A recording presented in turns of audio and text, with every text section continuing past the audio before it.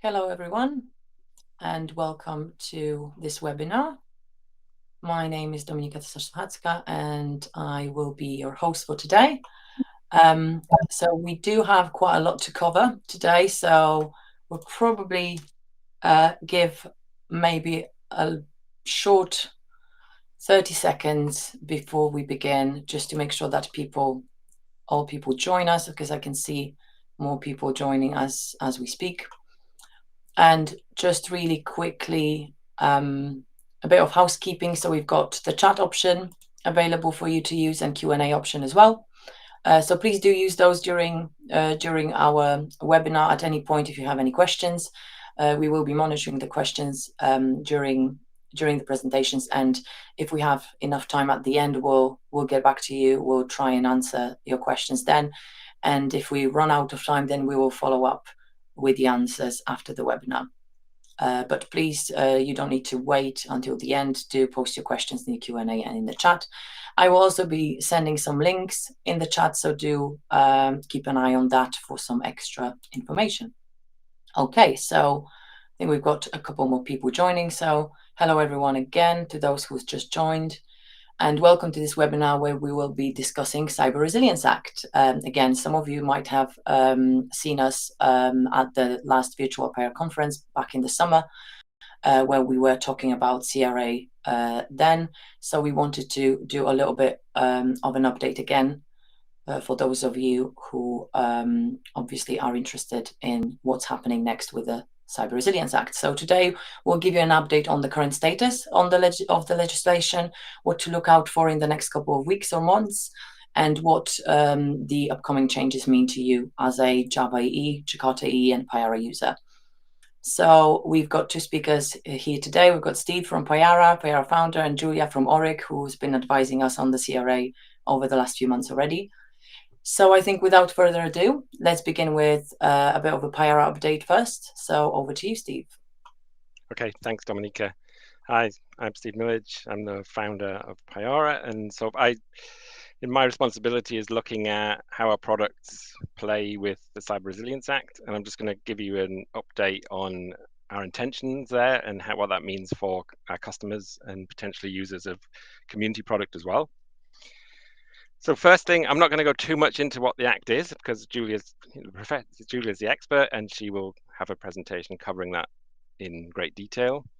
But essentially, this is starting to regulate, in my opinion, the software industry for a good reason, and that is to enhance the cybersecurity of connected products. So we all know there are risks with connected products that are connected to the internet, that live in our homes or in our businesses.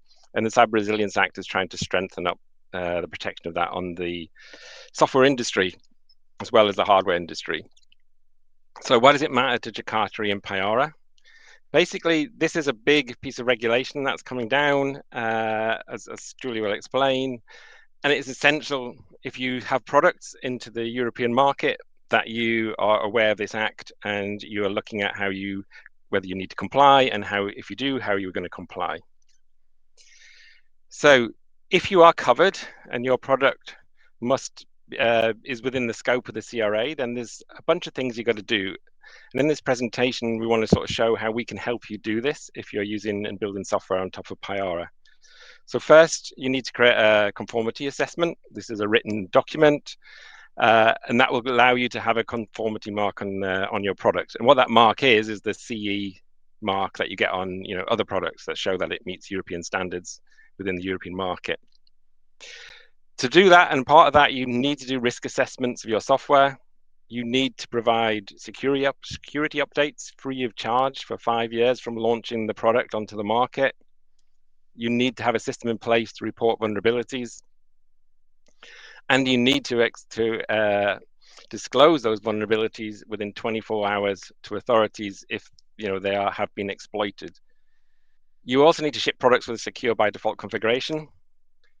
And you also need to verify your software supply chain. So you need to verify the integrity of all the third-party software components that you have in your software supply chain, including open source components. And to do that as well, you need to provide a SBOM, which is a software bill of materials, which basically states all the software and all its dependencies that you are shipping. So this is, Julia will dive into this a lot more detail than I will, but this is the key requirements to be compliant if you're within the scope. So as we know, there are a lot of risks of having unsupported open source software in your critical applications. Many people do. Many software libraries and things aren't supported at all. There's no other way to manage them. But we need to manage that supply chain. We've seen a lot of supply chain attacks recently in industry. We've seen a lot of attacks that are exploiting old open source software in people's supply chains that they're just not kept up to date. And there's a big risk for this for your customers and for your applications. And obviously, won't go to every bullet point, but in general, these software supply chain is an attack vector. And you need to be able to track your supply chain, and you need to be able to report and track vulnerabilities within that supply chain. One of the advantages, we are a Jakarta server. So one of the advantages of Jakarta is that we separate your application from the runtime platform. So this has many advantages, which are listed here, but one of the key advantages is that there's a distinct boundary between your application, if you use the Jakarta APIs, and a lot of the third-party components that you're going to need to ship when you ship Payara and your application together, because we need to manage the software supply chain of Payara itself, and then you can just manage whatever components you have within your application that you're deploying on top of Payara. So there's a distinct cut in your software supply chain at the Payara layer and the responsibilities for that, which I'll explore a little bit more in detail. So why are we talking about this really, and how are we going to talk about how we help you to achieve compliance? So the reality is Payara is a horizontal infrastructure tech. Many people's applications, we believe, will fall within the scope of the CRA. For example, part of the CRA says that if you've got remote data processing with your product, then that remote data processing will be within scope. And obviously we're a server-side technology. So if you have some people are shipping software or IoT products that are talking back to a Payara server, then the software on Payara server will be within scope. So we need to help you with your compliance overhead, and we need to, as a company, track and follow the evolution of the CRA so that we can be ready to enable you to be compliant if it becomes required. So we intend to make the Payara Enterprise Platform CE marked. So we intend to go through the requirements of compliance under the CRA and make sure that Payara Enterprise is compliant. So how are we going to help you sort of achieve this compliance based on the requirements that we saw on the first couple of few slides? So first, one of the requirements of the CRA is that you must provide a secure by default configuration. So we, as Payara, we can help you make sure that your application is secure by default. We can make sure that the Payara application server itself that you'll be deploying on is secure by default, which it is. We can also help you with configurations to make sure that, if you need to support other security requirements, for example, in the US NIST, or you need FIPS requirements, and we can help you build configurations that would be defined by secure by default. So we can provide services, we can provide out-the-box installations of Payara, which would meet this requirement for you. We can also help you build secure applications. Jakarta itself, provides a lot of APIs for authentication, for authorization, and security APIs. And we ship with the implementations of those.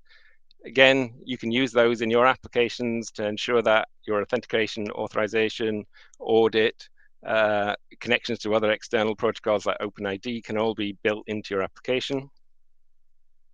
And you can support single sign-on and those things when you're building and deploying your applications, which allows you to build a high level of security within what you are shipping. So you can use APIs like authorization to make sure that parts of your application are secure for different types of roles, and you need to think about that when you're designing your application.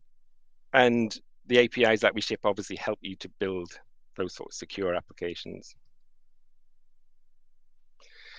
Another big part of the Cyber Resilience Act is around lifecycle management and vulnerability reporting. So in the picture where we say we separate your application from the runtime, well, we can provide you for everything below Payara, the vulnerability and lifecycle management you would need to meet your requirements for that part of your supply chain under the CRA. So Payara Enterprise, we provide product releases every month. We also provide to you any out of cycle patches and ensure those, so we can ensure that any components in Payara and below are up to date and therefore free of any CVEs. We're actually a CVE reporting authority, so we can directly create CVEs ourselves and report them and notify you when the CVE happens so that you can fulfill your reporting requirements. And our software lifecycle is and will provide the level of updates, the 5-year updates that you're going to require to make sure that you can provide that to your customer base if we are shipping Payara as part of a product. So our software lifecycle will help you meet that compliance overhead and will help you to cut that for a large chunk of your supply chain. So as I've said this a few times, one of the key benefits of using Payara is that you can cut your supply chain risk. We will deliver all the third-party compliance below Payara. So everything we ship, we intend to be CE marked. So we will manage supply chain compliance for that layer. And therefore, you only need to worry about what you put into your application, any libraries you embed, and those sort of components, but not the whole of the internet technology that you're shipping. With some alternative technologies, you just build a jar file or something like that, which has a whole bunch of third-party dependencies. You will need to manage all those. So we cut that risk at that point, and we can deliver you the SBOMs for our layer, which will then you just plug in your little piece above. So that will have a big compliance cut. So there's an important distinction here between Payara Enterprise and Payara Community. So and just want to express this a little bit for the CRA. So Payara Community is an open source project. Payara Enterprise is our product. And as part of being able to help you on compliance, we need to more distinguish between these two things. So community is not a product as defined by the CRA, and that will be the intention to make sure that is true. And we will not. And so if it looks like we may be caught, then we will have to change how community operates to ensure that it isn't caught by the CRA, and it falls within open source regulations rather than product regulations that are defined in the CRA, which Julie may mention. So community will not be CE marked. We don't have lifecycle management. We do have a level of vulnerability reporting, but we don't have a software lifecycle that would be compliant, as it's essentially an open source project, and it's actually shipped out of the Payara Foundation, which, if necessary, will intend to turn into and meet open source steward regulations. Enterprise is where we will be shipping product as defined under the CRA. So our intention is that will be CE marked, as I've mentioned. So everything I'm talking about in this slide applies to enterprise, but doesn't apply to Payara Community. So there's a couple of areas we are working external within Payara, just to make sure that we are tracking what's going on. So first, we're obviously part of the Eclipse Jakarta EE working group. And through that, we can look at creating new APIs if necessary, as part of the foundation, and as part of Jakarta EE. And we can look at how Jakarta EE itself meets any regulation requirements as libraries if it again falls within scope, and we can work that in the working group. We're also part of an emerging working group, which I think officially only really started this week, but has been sort of running on an unofficial basis, again at the Eclipse Foundation. And this is the Open Regulatory Compliance Working Group, which is a bit of a mouthful, but essentially it is Eclipse Foundation getting together a lot of the open source foundations to work on how they change their processes and to enable people who use some open source to more easily meet the requirements of the CRA if they're under scope. So it's really there to design best practice, to create specifications of how to operate in a foundation, and how to facilitate any of the supply chain requirements that are necessary. So it's looking at definitions of product under the CRA, and looking at how you would do SBOMs and all that sort of thing. But one of the key things to note is they're doing this to meet the requirements of the CRA of an open source steward. And those requirements are different for the requirements for someone who ships an actual commercial product. So they're focusing on open source compliance, not necessarily product compliance. But our membership in there gives us a really good insight into what is required, first for Payara community, and then how Payara Enterprise can build on top of that to make sure that we have a CE marked product. So one of the key things to note is that if you're using Jakarta E and if you're using Payara Enterprise, then we can cut your compliance overhead if you are within the scope of the CRA. So Payara Enterprise will be CE marked. We'll have a software lifecycle that will help you meet your CE requirements for lifecycle management. We will have vulnerability reporting to you and any authorities if necessary within the CRA in scope, in compliance with what's required under the CRA. So that should help you meet your vulnerability reporting requirements. We do have monthly updates. We have out of cycle patches. I say we can raise CVE, so we can help you reduce that supply chain risk, and we'll do that for everything in our supply chain below Payara. So we'll provide that cut in the software supply chain for you at that point, and you won't have to go any deeper than Payara, hopefully. We can help you ship secure by default configurations for any applications, and we can help you, on building secure applications. If you need assistance, we provide consultancy services. We provide product capabilities that can help you build secure applications. So one of the key things is to prepare for the CRA. It is very big change. So you need to continue tracking the updates that are coming out of the EU.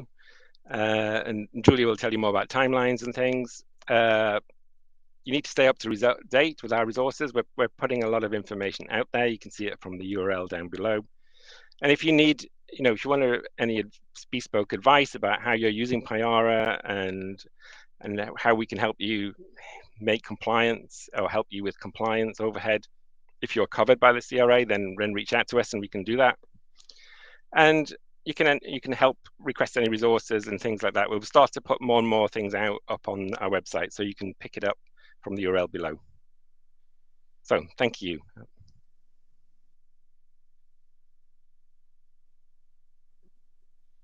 And now over to you, Julia. Sure, thanks. I'm just going to share my slides.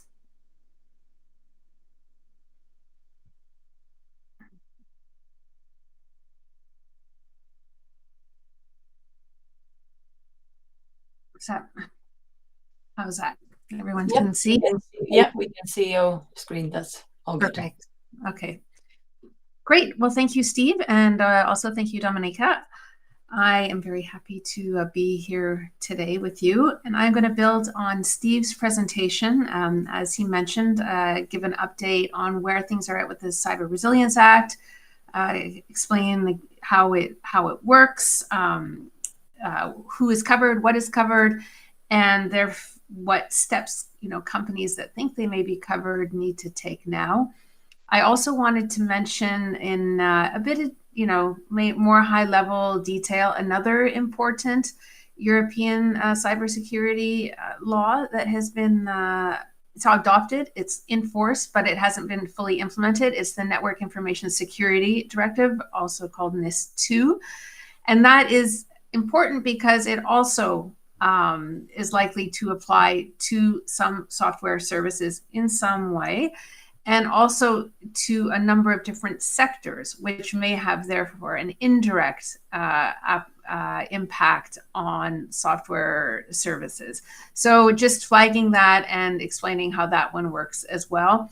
The European Commission has really put forward a whole cybersecurity package in the last few years that consists of Cyber Resilience Act, which is a really key piece, the Network Information Security Directive, and also DORA, the Digital Operations Resilience Act. And there's one other one that is really more directed at European institutions and creating a cyber certification regime, but we won't be talking about that one. So without further ado, I'll get into the Cyber Resilience Act in more detail. So where are things? The law was officially adopted by the European Council and Parliament on the 10th of October. What that actually means is that it's ready to be published in the official journal of the European Union. It just needs to be proofread, translated, and then it will appear. Once it appears, it will then take effect 3 weeks later. So no sign of the publication yet, and hoping by the end of 2024. It's not entirely unheard of that the text changes a little bit between adoption and publication to create to rectify any discrepancies or lack of clarity in the different versions as they start to be translated, or as errors actually even get picked up. That's what happened with the AI Act, that there was an addendum issue to actually correct the adopted text. So kind of holding off on saying this is the final text until we see the published version. And also different language versions can also influence meaning. So that's another reason to hold off on saying this is definitely the final text that was adopted on October 10th. So what is the objective, as Steve has already said, is to create a higher level of harmonized cybersecurity standards across Europe in relation to connected devices and the connected ecosystem.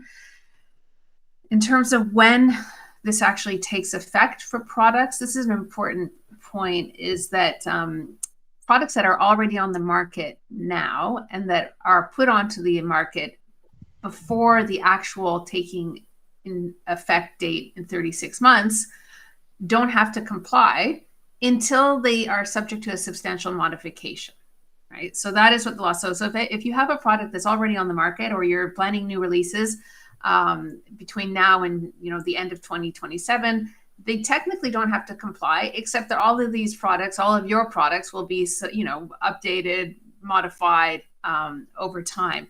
And as soon as a substantial modification happens after the 36 months, then that product has to, as updated, has to hit the market in Europe already compliant. So if we took if the full law takes effect December 1st, 2027, if you've put a product on the market on November 1st, 2027, it doesn't have to comply. But if you're planning on releasing an update on December 2nd, and that update constitutes a substantial modification, then the product has to hit the market on December 2nd, fully compliant. So what that means is that you need to be super conscious of your product roadmap, of the impact of any updates or modifications that are going to be made to the product, keeping in mind this timeline. Another important point is that the Act calls for the Commission and national regulators to issue detailed guidance in relation to the Act. Like this, they have a legal obligation to publish guidance that will expand on and provide guidance on the scope of the law, like who and what is actually covered, and also the more detail regarding what constitutes a substantial modification, and also yes, I see the question. Yeah, good question. Exactly. What is a substantial modification? So that will be covered by the guidance. And what else will be covered? Yeah, those are the sort of the two main. Oh yeah, and how often to update and what that means. How often do updates have to be published, and what do they have to take into consideration? In terms of what actually what we don't know what constitutes a substantial modification under the CRA yet, just that term is just used, but it is used in other contexts in European law.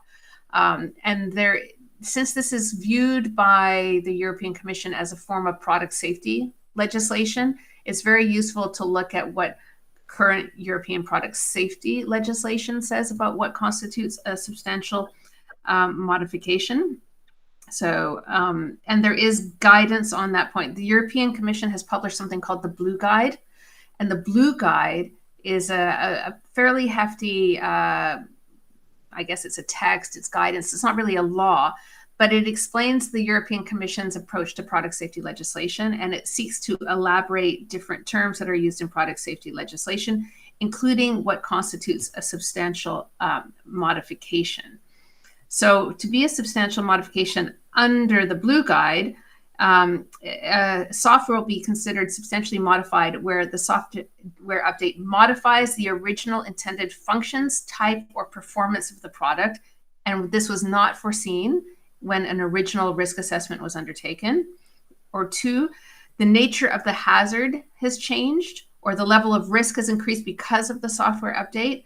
And 3, the product is made available or put into service where this is covered by existing legislation. So the third part, like put into service, made available, only matters if you're already subject to existing product safety legislation. So really the as it currently stands, substantial modification really focuses on a change to the risk profile of an existing software product.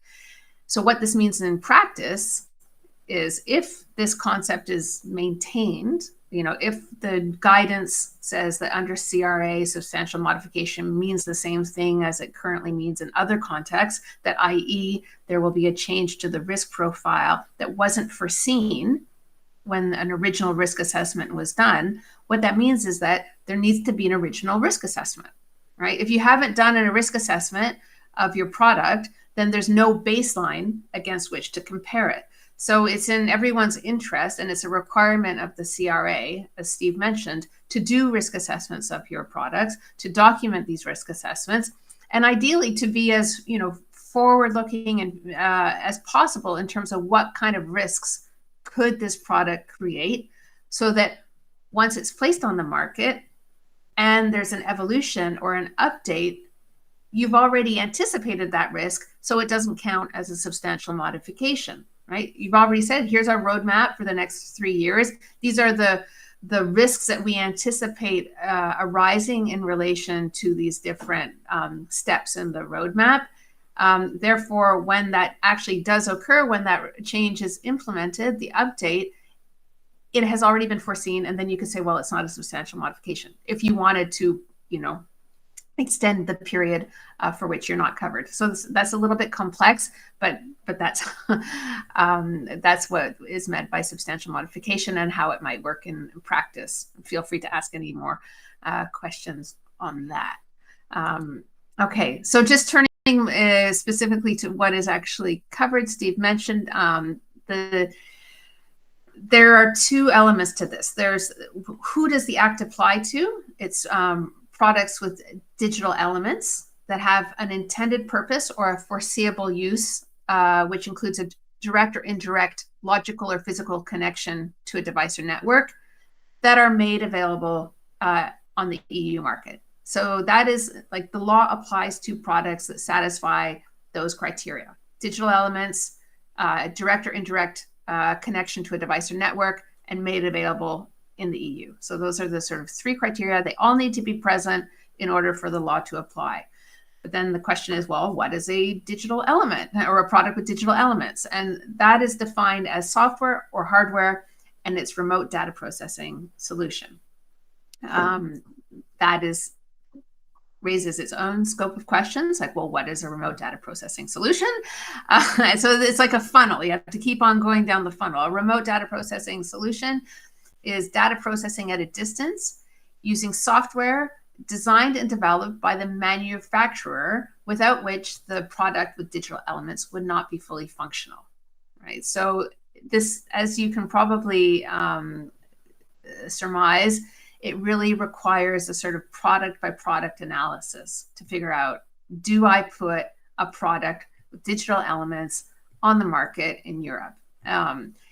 There isn't a ton of guidance beyond the definitions in the Act in order to qualify one's product. That's what the guidance that's coming will be useful for. There are examples of what constitutes a product with digital elements in the Act, but there isn't really a test that's articulated in the Act. So in terms of who is covered, it's going to be most of the obligations fall on manufacturers of products with digital elements. Steve has talked about open source stewards, who will have a much lighter set of obligations in relation to open source software, and importers and distributors of products with digital elements have some obligations under the Act, but the bulk of the compliance will definitely be on manufacturers. Importantly, under the Act, not all products with digital elements are treated equally. So there are different classes or categories of product with digital elements. And depending on where one's product falls, that will determine not which cybersecurity measures have to be put into place, because all products technically have to adhere to the same standards, but how they demonstrate their compliance, how a manufacturer then demonstrates their compliance with those measures. The more critical a product is considered in terms of the risks it creates, the more stringent its compliance or obligations are. Like so critical. There's products with digital elements, like that's sort of a generic category, and then there's important products with digital elements, and they are listed in an annex to the Act. And then there's critical products with digital elements, which are in another annex. So there's like 3 different gradations, and I can give you some example. So important products with digital elements. So there's no examples of the generic product with digital elements. There you're really relying on just the definitions. But in terms of important products with digital elements, the annex specifies certain use cases. So if the product satisfies certain use cases, then they will be considered important products with digital elements. And those include identity management systems and privilege access management software and hardware, standalone and embedded browsers, software that searches for and removes and quarantines some malicious software, i.e. antivirus software, VPN software, network management systems, and so forth, right? In terms of critical products with digital elements, there are not many use cases that are specified so far, but there is hardware devices with security boxes. That's one. Smart metering systems and smart cards. Those are the examples that have been provided so far. But the Commission plans to expand those use cases. Right. So those provide some indication of what it will, be covered from day one, but that list will expand over time. And so if you see yourselves or your products on that list, then you can anticipate having to comply.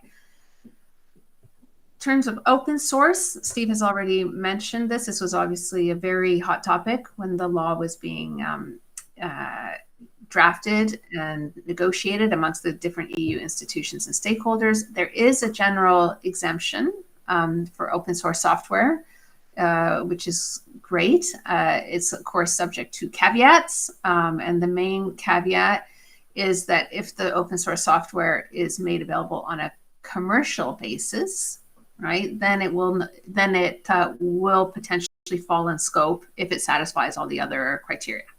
Right? So what does it mean to make open source software available on a commercial basis?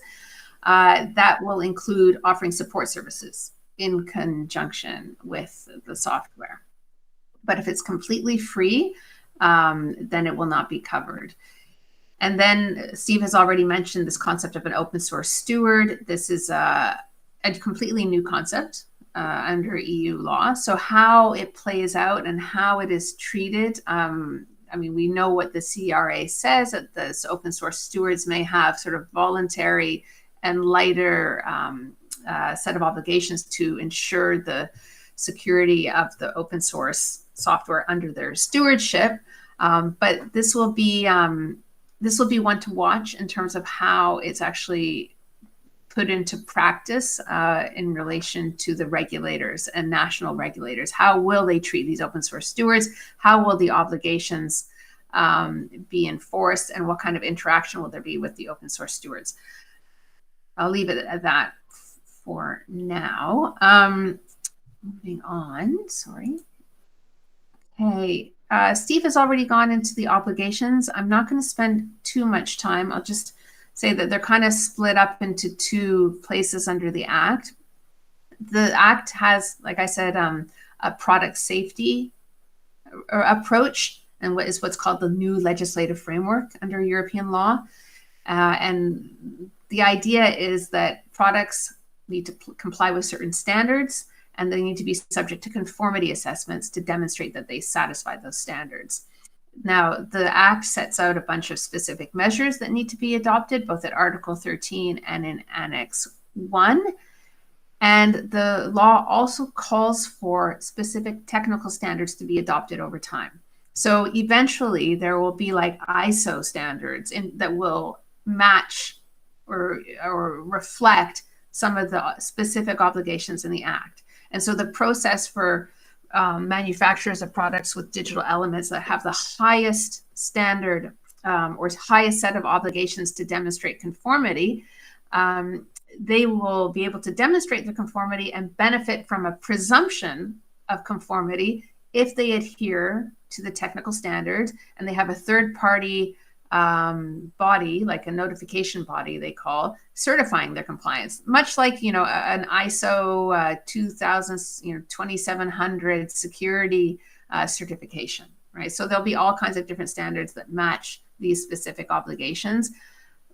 Manufacturers will be able to clear their demonstrate their compliance with those standards, and then they will benefit from a presumption of conformity under the Act and get their CE marking, which is what Steve talked about. But not all products with digital elements need to go down that route. It's just an option, and it's the highest level of conformity. Most products with digital elements can self-certify. We'll be able to self-certify through a self-assessment, create their certification, you know, their certificate of conformity, and affix their CE marking to their product. The only sort of downside of this is that a regulator could come and say, well, actually, you know, let's have a look at your self-certification process. Let's compare what you've certified against, you know, what is actually required, and then challenge your self-certification, right? And then so self-certifying will always have a bit of an open question as to, have I really done it right? Will I be subject to challenge by an authority? Whereas if you actually go through the full process, get a third party to certify your compliance, then get the CE marking, you know, confirmed by a third party. If you're also complying with technical standards, then there's a presumption of conformity that will be much more difficult, if not, you know, impossible. I'll never say never, to challenge by a regulator. And also both from an upstream and downstream perspective in relation to the value chain or supply chain, it offers greater reassurance. And also in terms of, you know, negotiating and contractualizing with suppliers and customers, it will make the process a lot easier. Right? Everyone will have the same standard. Everyone will be speaking the same language contractually as well. So this just goes into some of the more detailed the obligations. I would say one of the other obligations that is worth taking particular note of is this new obligation to notify of vulnerabilities. And this is in addition to all the other sort of security incident notification obligations that are coming down in Europe through different pieces of legislation under the GDPR, under NIS2, under specific national laws. There are notification obligations. So the Cyber Resilience Act also has a notification obligation that is introduced, and it specifically relates to actively exploited vulnerabilities, and those need to be notified in a staggered way. 24 hours, just a simple notification, 72 hours, more detail, and then 2 weeks, a full report in terms of what has actually happened and what measures are being taken. And yes, and server security incidents have a different threshold. So it's at 24, 72, and 1 month for more detail. And there's also an obligation to inform users or customers of an incident. So these are pretty detailed and heavy notification obligations. And that means having a process in place, like a whole incident response process put in place. First of all, to identify what constitutes an incident under the Act, who in the organization will be responsible for the notification and gathering information, basically having sort of a crisis committee, and also aligning this notification obligation with other notification obligations, right? So if your company is subject to other types of incident notification obligations, this is another one that has to be taken into account in your overall security notification strategy and processes. I'm mentioning this one because this obligation takes effect 21 months after the Act actually takes effect. So if we're saying that the Act takes effect on December 1st, it's December 1st plus 21 months, this notification obligation takes effect. This is earlier than all the other obligations, which take effect 36 months after entry into force. So this one's a bit sooner, which means that this is the first priority, probably after figuring out whether or not your company actually places products with digital elements on the market in Europe. The next obligation or the next important step is to figure out what that means from a notification obligation process, and adopting your amending or implementing process to take account of that. Okay, this is just a high-level overview of essential requirements that all PDEs need to comply with. I won't spend much time on that. This is just a little bit about the conformity regime that I was explaining and that Steve was also mentioning. This is the CE marking that would have to be affixed to products that have to demonstrate this or demonstrate the compliance. And as I mentioned, these slides, I'm not sure if we're sharing them, but maybe we are. This basically just explains that there's different conformity processes depending on the type of product with digital element. And this is not the clearest part of the law. And I think this is, something that will benefit from further guidance as that becomes available, right? Like if you're just a generic PDE, like I said, you have to self-certify. If you're important, then you have to do something else. And then if you're critical, you have to do something else again, right? Then there's a range of options to demonstrate conformity. So once you figured out that you're a product with digital element or that you manufacture those, then you can start looking into details like what does that mean from a compliance demonstration perspective? What will I have to do? And happily, there's a lot of time to figure that out. We've talked about the important classes and critical classes, mentioned those as well.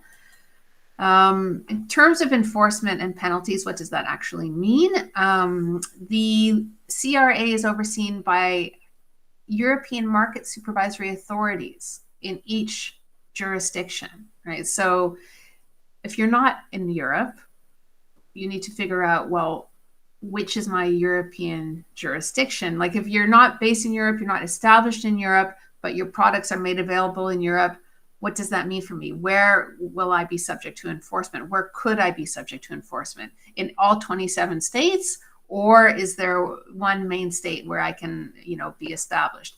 Or if you have, an affiliate or a subsidiary or a sales office in a particular jurisdiction, is that going to be where I'm enforced against? So these are questions that need to be looked at and addressed. In terms of how the different market supervisory authorities work, each member state, like each national government, has to designate within, I believe, a year, the market supervisory authorities in their jurisdiction that will be responsible for the CRA.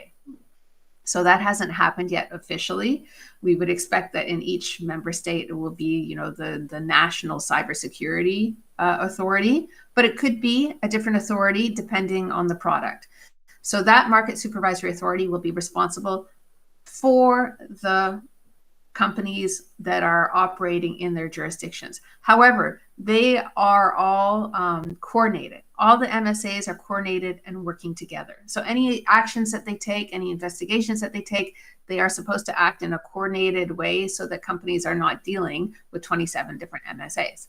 There is also going to be a single notification platform. created so that if there is a vulnerability or security incident, companies do not have to notify in 27 jurisdictions. They just have to notify through the platform, and then the relevant MSAs will coordinate amongst themselves in terms of sharing information and interacting with the reporting company. And of course, everyone wants to know, what are the fines? What happens if you do not comply? What is the worst case scenario? The worst case scenario is fines of up to 15 million euros or 2.5% of total worldwide annual revenue. That is like the monetary sanction. And then there are also a range of non-monetary sanctions that can be imposed. Generally, it will take the form of orders to fix whatever was the origin of the problem, right? And within a specific time frame. And each country, each government at the member state level can specify their own specific penalties, but they have to align with this. Their fines can't be any higher than this, but they do have flexibility in terms of the specific other measures that they could impose. For instance, in France, what we see under other laws where that's a similar structure is like, yes, there's this maximum threshold, but they have powers to order system changes or product changes or process changes. And they can also say, if you have not made this process change or made this system change, within the next 60 days, we will fine you 100,000 euros a day for each day that you're late. So those are sort of examples of measures that can be adopted at the national level to complement the sort of European-wide process. And we're totally running out of time, so I will just quickly say a couple words about NIS. Yeah, so just quickly, actually, before NIS, next steps: identify your potential product with digital element classes. Right, just start thinking about, is this a product with digital elements? Think about your roadmap. Look at what the obligations are, the specific cybersecurity obligations are under the law versus what you're actually doing now, and figure out what the gap is, right? There may not be much of a gap, right? That will put things into perspective. But if there is a gap, identify where the gaps are, and then start thinking about what a compliance plan would look like. And also importantly, as I mentioned, there's loads of guidance coming out and opportunities to get involved in those discussions around the guidance, around delegated legislation. So, via trade associations and so forth, or even directly, you can get involved in these processes to shape what is coming down the pipeline, particularly if you think that there's lack of clarity or things that don't make any sense with the law. And there's certainly scope for that. Just quickly about Network Information Security Directive. It complements. It's not, obviously it's completely different. Like CRA is product focused, and NIS is sector focused. So it's also worth identifying, am I in a sector that's targeted by NIS? Because companies that are operating in certain sectors identified under NIS, because of their criticality to the sort of European economy, and sort of public health and public safety infrastructure, may also be subject to cybersecurity obligations. So NIS 2 identifies certain sectors, key sectors, and it states basically that if you're in a covered sector, if you're a medium-sized enterprise or above, then you have to comply with the cybersecurity measures in NIS 2. Or even if you're not in a certain sector, or if you're a small company, you may operate, or the services you operate are so critical to the either European economy or the member state economy in which you participate, you will be designated by the government in that member state as covered as an important or essential entity and subject to the NIS obligations. But that's by designation. So the point here is that, be aware of this. If you think that you're operating potentially in a critical sector, then it's worth see, this is the step. It's worth taking a look and say, well, do I have any additional cybersecurity obligations that I need to take into account? There probably aren't many surprises in terms of what those obligations are, but there is also another breach notification or incident notification obligation under NIS 2. And this is just an example of the sectors that are covered. Okay, so energy, transport, banking, health, digital infrastructure. That includes cloud computing services, and that's where potentially software comes in, because a cloud computing service includes under the NIS2 SaaS, PaaS, YaaS, NAS, and everything else. So that's one to be mindful of. And the NIS obligations are fairly similar to other cybersecurity measures that have to be adopted. One change that is getting companies particularly concerned is that management bodies are personally responsible. The members are individually responsible for making sure that certain measures are put into place. Okay, so individual responsibility is a new one under NIS2. And I'll leave it at that. And I'm happy to take any questions that you may have. Thank you very much, Julia, and thank you, Steve. Just checking, we haven't got any more questions at this point yet, other than the one that you've already answered. So thank you for that, Julia. I did post some links in the chat for those of you who might not have seen yet. So we've got a dedicated page on the Payara website on Cyber Resilience Act, and this is the best place for any of you who would like to receive any updates. If there are any updates, we have a form there that you can sign up through for any information that we can share with you in regards to any changes or any events like this one coming up in the future on Cyber Resilience Act. So we're keeping an eye on what's happening, and we're also, as Steve mentioned, we are part of the Open Regulatory Compliance Working Group from Eclipse Foundation, which I've also linked in the chat. Have a look. You can also join. You can also have a look at what is being discussed there, so you can just observe. You don't necessarily have to commit your time, but you can also keep an eye on what's discussed on that side. So we are, like I said, we are keeping an eye on the changes.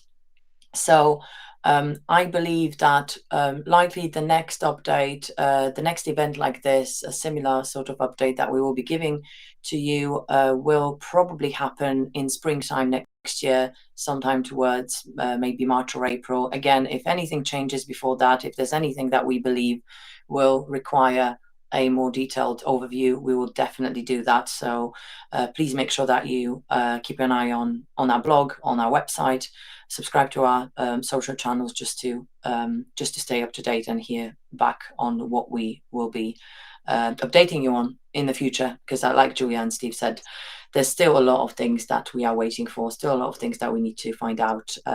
But you're in safe hands with us, so we're keeping an eye on everything. So I don't see any more questions. Julia posted another link as well. So all of those links in the chat, they stay in the recording. So we are recording today's session. If you want to revisit at any point, please come back to the same link. You will be able to see the video. And if you have anyone that you would like to share this recording with, again, as soon as we finish, it will be available. So please share with your colleagues, with your friends, with anyone that you think will find this useful. And yes, so I think in the absence of any more questions, I think we'll leave it at that. Thank you very much, Steve. Thank you very much, Julia, again, for this important update. And we will see you next time, probably in early spring next year. Thank you.